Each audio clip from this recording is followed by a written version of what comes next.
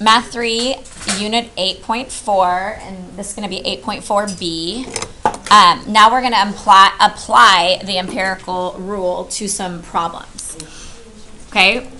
I have found that when I'm doing these problems, it's easier for me to figure things out if I actually draw the curve. Does that make sense? And so as we end up going through some of this, I would start by drawing that curve, and we'll end up marking things on it. So a class recently took an exam for math. The average of the class was 80%. It's important to know what each of these things are. And in fact, as you read it, you're like, okay, if the average is 80, then that means right here, this is going to end up being what? 80, right there in the middle.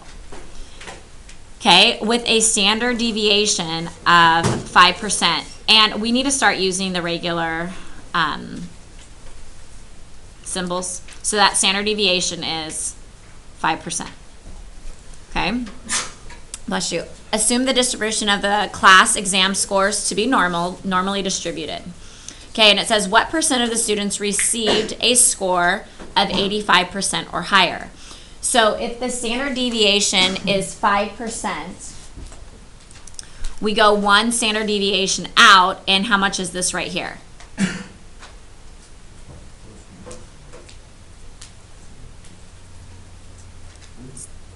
We're going out one standard deviation. They told us each standard deviation is 5%. So this is going to be 85. Okay, good. Whew, that was a little scary there for a second. 85. Is everybody okay with that? And if I had gone left, one standard deviation, that would be... Good job. You guys are good at adding and subtracting. I'm proud of you. Okay. So... we know, or what do we know? How could we figure out how much is greater than the 85%? Say that again. Close. How much is this right in here? Do we know how much, what percent of the class is right in there? 7. We're talking about the percent of students. So this is the bell curve. Those are their scores. So those students' scores are between 75 and 85. But what percent of the students are under that area? We just talked about this. Going out one standard deviation each way is how much? This is 68%. Do we agree? So in order to find out how much is higher, we would do what? Good. We would start by taking 100 minus 68, which is, okay, and then what? So does that mean 32% got higher? Yeah. No. We divide it by 2. Why? Because 32% is on both of these sides, right? Yeah. And we only want to know how much is on one side of it. Is that clear? Yeah. Okay. So that makes 16%. So that is my answer. The percent of students that are going to receive a score of 85% or higher is 16% of the students. Questions or clarifications? Okay. B, what percent of the students received a score between 70 and 85? Okay, because I've highlighted and done stuff on this one, I'm going to draw another curve, just so I can see it a little better. And again, we know that in the middle, that is what? 80. And if I go to the right, that is 1 to the right is 85. 1 to the left is 75. And 2 to the left would end up making 70. And so it's saying, or the question is, let me move this up here a little bit. What percent of the students received a score between 70, 80, and 5? So they're wanting to know this area that I'm shading in right now, from 70 to 85. And I'm going to go ahead and mark this one too, and this one would be a 90, right? So if you need to know, or if you wanted to make some other markings, this one is 1 standard deviation. This is our mean, this is 1 standard deviation, and this is 2 standard deviations. And we did a lot of working with this yesterday. Okay, so what percent is that? We know that this area for sure is how much? 68. So from here to here, that is 68%. So we know it's going to be more than 68%, right? Because there's an additional part to the left.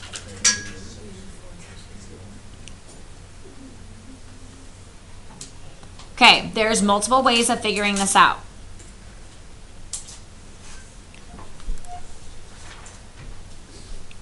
If I were to go out 2 standard deviations, do you guys remember how much 2 standard deviations is? 95, right? Now, I'm thinking about this one way.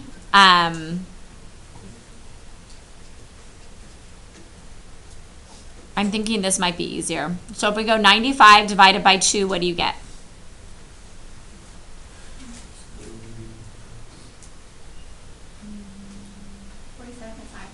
47.5, good. So that means, and I'm going to make another marking. So from here all the way to here, that was the 95%, right? So how can we end up adding? We know that 68 divided by 2 is 34. So basically, what could we do with this information? What do you think?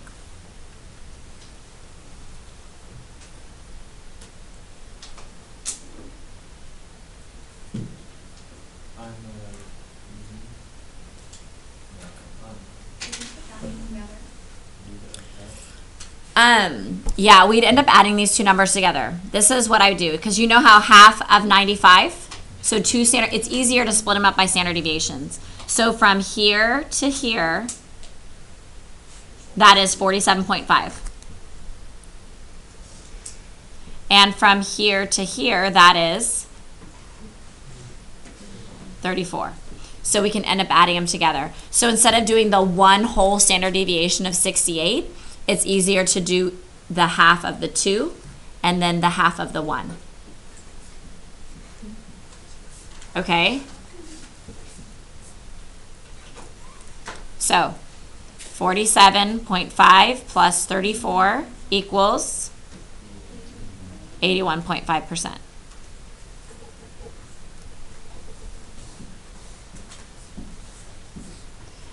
Do you want me to tell you another way you could think about it?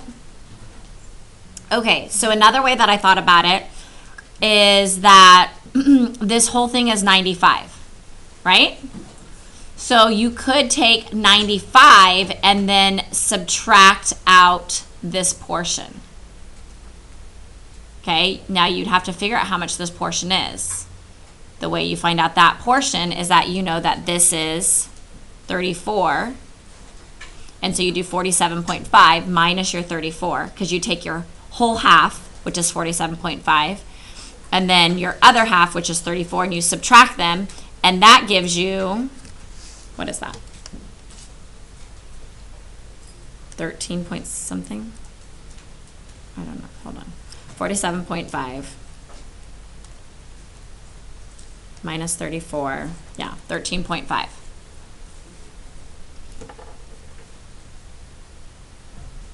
And so that means that if you take 95 minus 13.5, you also get your 81.5. So I found that difference, which was this little piece, 13.5, and so you'd go 95 minus 13.5, which also gives you your 81.5%.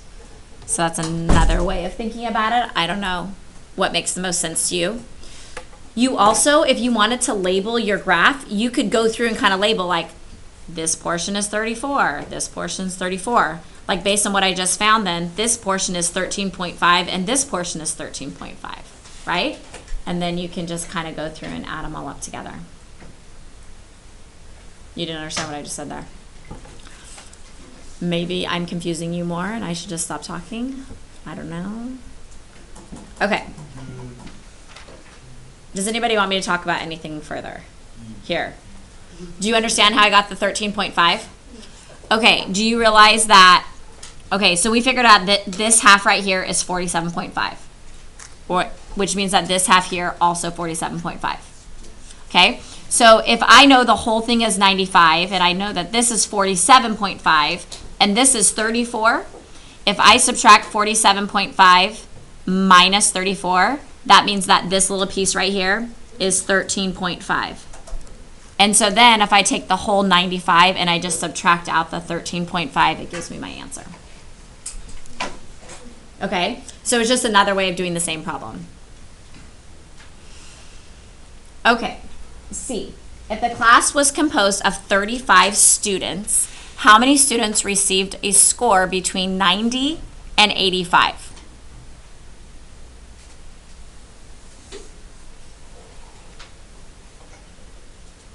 Okay, so do we know how much is between 90 and 85? It's 13.5, right? Are we okay with that number?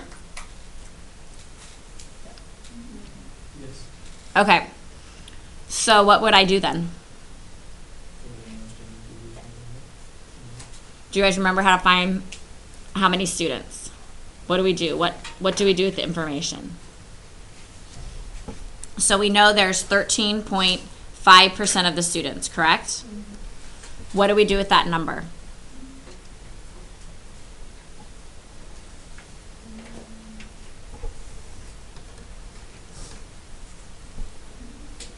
Okay, go back to your percentiles. So if you go backwards in your notes, where do we talk about percentiles? Okay, so here is our percentiles. So do you remember how we take the number of items? So in this case, they told me there's how many people?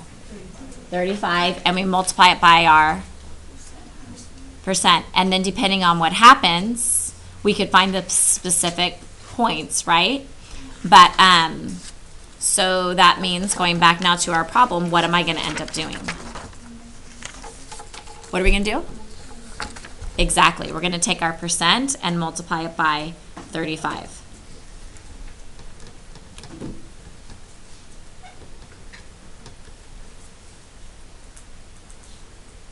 Oh, and we're not actually taking 13.5. We're taking 13.5%. So what is 13.5 as a decimal?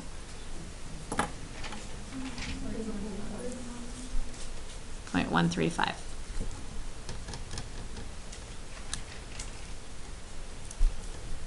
So that equals 4.725, which means we would, which is 5. So approximately 5 students would score between 90 and 85.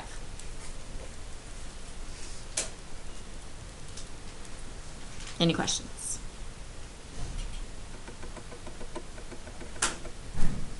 Okay. Number 2. Let's suppose that a particular math class asks their teacher to grade on a curve. The teacher replies, sure, as long as I get to select the curve. The students look at each other and agreed because the concepts for the exam were rather difficult. The teacher stated that the grading distribution will be based upon normal distribution. The instructor then revealed the grading scale for the next exam. So anyone that is higher than 2 standard deviations from the mean gets an A. Anyone that's between 1 standard deviations and the 2 gets a B. C is between 1 standard deviation and -1 standard deviations, and D and F, and so on. So the teacher indicated that each exam taken within the classroom was normally distributed. So now we're going to figure out to see what we think about this. Okay, so turning the page.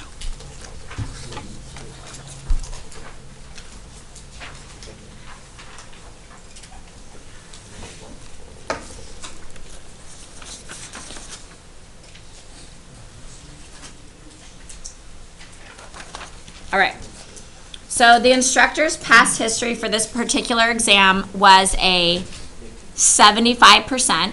So that means that our mean is a 75%. Mean is like this kind of U-shaped, or if you want to think of that as an M shape, but it's kind of like a curly little thing.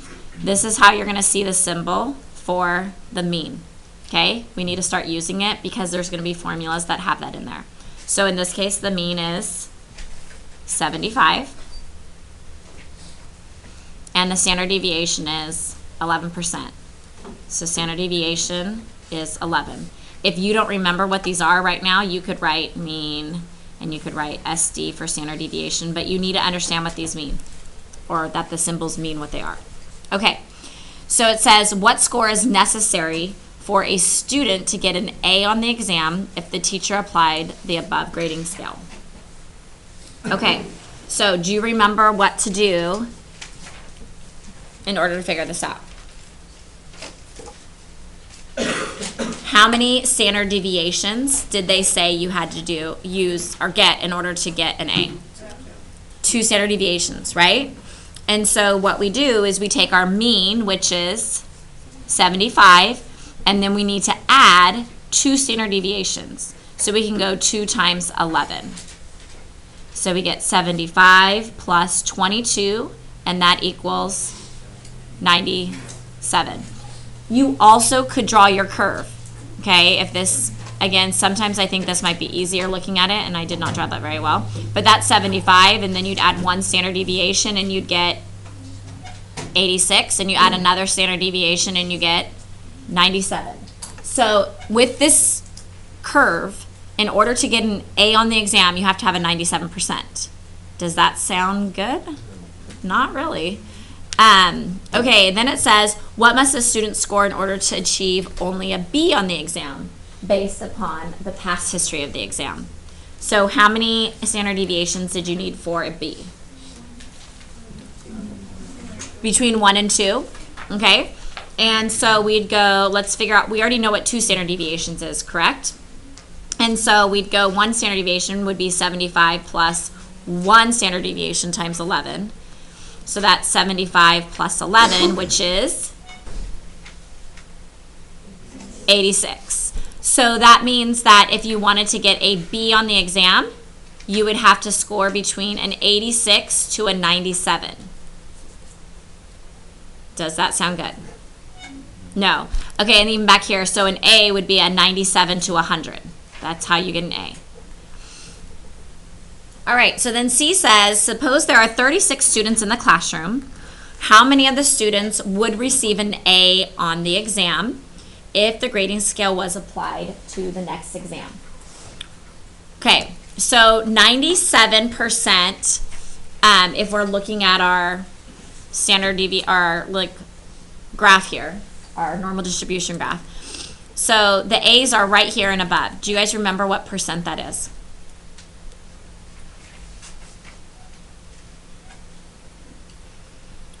Okay, it is 2.5. So remember how 2 standard deviations makes 95%? Yes? And so if 2 standard deviations make 95%, if you go 100 minus 95, there's 5% left, but it's only 1/2 of that, which is 2.5%. So 2.5% of the students could possibly get an A on the exam. Now, specifically, how many students, what would I do? Do you guys remember how to find how many for the percentile? 36 times, and we're going to change that to a decimal, which will end up being what? 0.025. And if you plug that into your calculators, what do you get?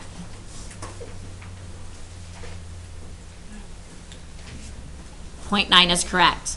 So 0.9 students, which could be approximately 1 student. And that's maybe. So maybe 1 student will get an A.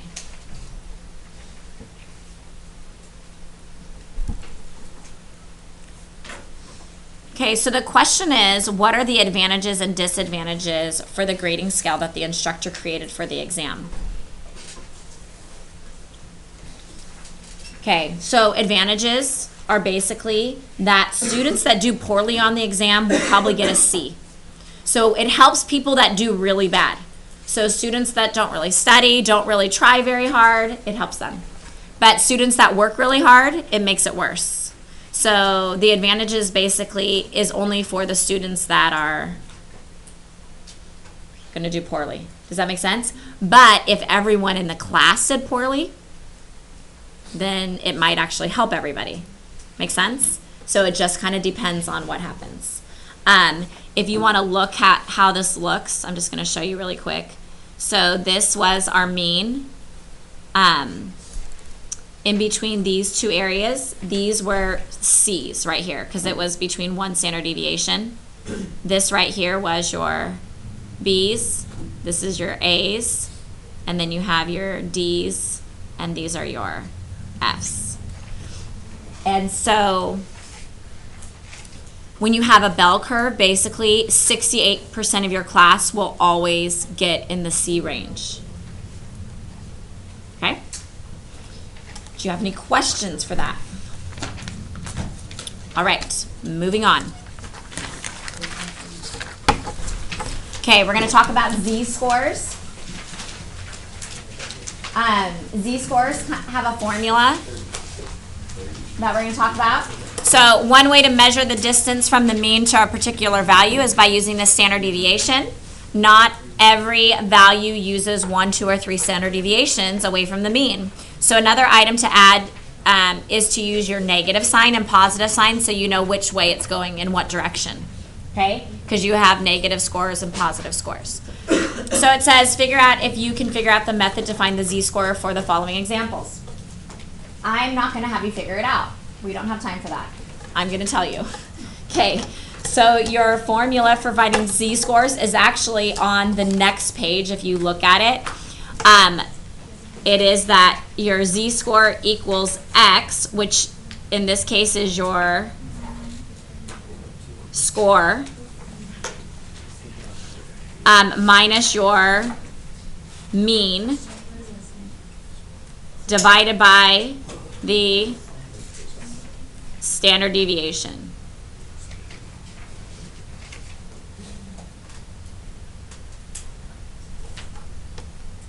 Okay, so it says, suppose your class recently took an exam in Math 3 and the average score for the class was a 75%. The standard deviation for the class is 10.3 and your score, there is a typo there, was a 93%. Or you score 93%, I guess that is okay. How many standard deviations from the mean is your score compared to the rest of the class?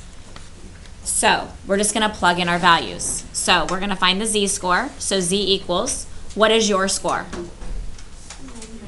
93. What is the mean of the class? 75. What is the standard deviation? 10.3. All you do is plug these numbers into your calculator.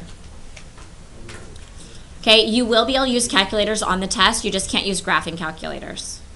Okay? So you plug that in and you get, we're going to use, I would go out like 4 decimal places on these. They want a little bit more accuracy. There we go. 1.7476. Okay, so what that means is that a score of 93% is about 1.7476 standard deviations from 75%. So we basically are finding exactly where it is compared to your mean. So we've talked about like 1 standard deviation, but there's obviously numbers that go in between. So the z-score gives you the exact standard deviation it is from the mean. Okay, number 2. The average temperature in Clovis for July is only 85 degrees with a standard deviation of 7.5 degrees. One day in July, it was 73 degrees. I find that very hard to believe. But let's just say that happened. How many standard deviations from the mean is the temperature 73 degrees? All right, so I think this data is made up, obviously. It's not true. So on this one, let's just, to the side, let's kind of say what x and my mean and my standard deviation are. So what is the temperature we're talking about? 73. And what was the mean or the average? 85. And then the standard deviation was 7.5. So we just plug it into our formula. 73 minus 85 divided by 7.5. When you plug that all into your calculator, you will notice that you get what? A negative number. So that is negative 1.6. Is that what you guys got? And so that means that this standard deviation is going to the left side of the curve. Correct? Okay. So again, and we could write this out, 73% is negative 1.6. And I'm just going to put SD for standard deviations from 85%. And you could even put from the mean or from the average. Okay, moving to the other side. You have that equation there for you again. Okay. One of the many useful aspects of the z-score is the comparison to the different populations. So look at this example below and try to answer the questions involved with the example. So Trisha just found out what her score was from her AP Economics final. It was an 89%. So that's her score, okay? The class average, so our class average was 70% with a standard deviation of 10.3%. In our AP Physics class, so notice we have an AP Econ, and then now we have an AP Physics. I might somewhere, like maybe to the side, write, okay, AP Econ. So in AP Econ, we know that her score was a 89. We know that the average was a 70, and we know that the standard deviation was 10.3. So now it starts talking about AP Physics. So we have our AP Physics. Okay, the score, she scored on that one a 73. The class average was a 68, and the standard deviation was 1.8. Okay, so it says, what is her z-score for her AP Economics class? So how do I plug in these numbers? What do I write? Good. 89 minus 70 divided by 10.3, and that equals 1.8447. Okay, so that's for AP Economics. Then it says, what is her z-score for her AP Physics class? So we're going to use the same information, or not the same information, but our AP Physics information. So what will I write?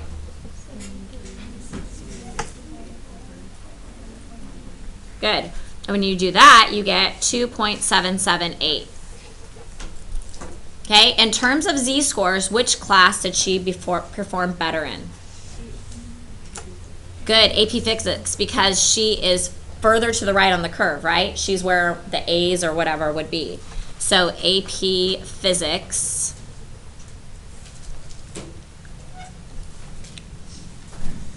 We could do a whole sentence, but we're just going to do that. And number 4, it says, how would you describe her performance on the 2 exams comparing both scores? So we don't have time to like write it all out, but basically comparing, like she did well, like her score was better on AP Econ, but overall with her class, she didn't do as well as in her AP Physics class. Like she scored higher than more of the students in AP Physics than she did in AP Econ.